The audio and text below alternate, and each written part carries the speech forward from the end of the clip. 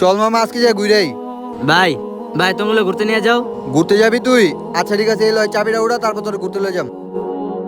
আহ আরে ভাই ওটা ওঠানো লাগবে না। ছাড় রে, চাবি উড়ানোর শক্তি না, আবার তুই ঘুরতে যাবি। ভাই দেখছেন আমার সবসময় ল্যাংড়া লোক চেতায়। আরে ভাই তুই মন খারাপ করিস না, ওর চেয়ে শক্তি তোর বেশি। ও বেড়া, আমি প্রতিদিন জিমে যা 50 কেজি উড়াই, আর ও আমার থেকে বেশি শক্তিশালী। আচ্ছা তুই যেহেতু এত শক্তিশালী, তাহলে তোর আর ওর মাঝে একটা প্রতিযোগিতা লাগে কালকে সকাল ওর 5টায়। লগে আবার কি প্রতিযোগিতা? তোকে দুজনের মধ্যে যে বেশি ওজন উঠাতে পারবো আর আমি ব্র্যান্ড নিউ আইফোনটা দিয়ে দিব।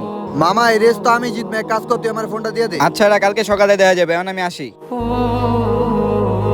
ওই রবিন দাঁড়া, কই হয় কি ভয় আহে নাই? আরে ভাই হয়তো এই রেস আগেই জিতে গেছে। এখনো তো কম্পিটিশন শুরু হয় না, আরো জিতে তাহলে গেছে। ভাই শোন, আজকে ফজরের সময়।